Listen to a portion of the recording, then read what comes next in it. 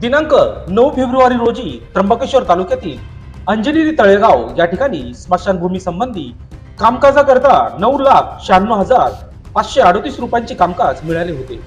त्यापैकी शासकीय फी कापून रुपये 7,47,700 रुपये तक्रारदार यांच्या मुलास मिळाले होते।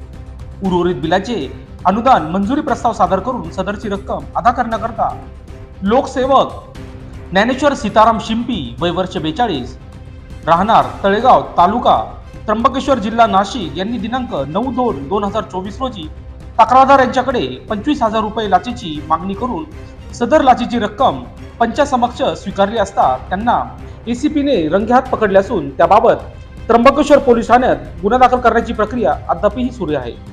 या चौकशीत अजून मोठे घबाड सापडण्याची शक्यता वर्तवली जात आहे।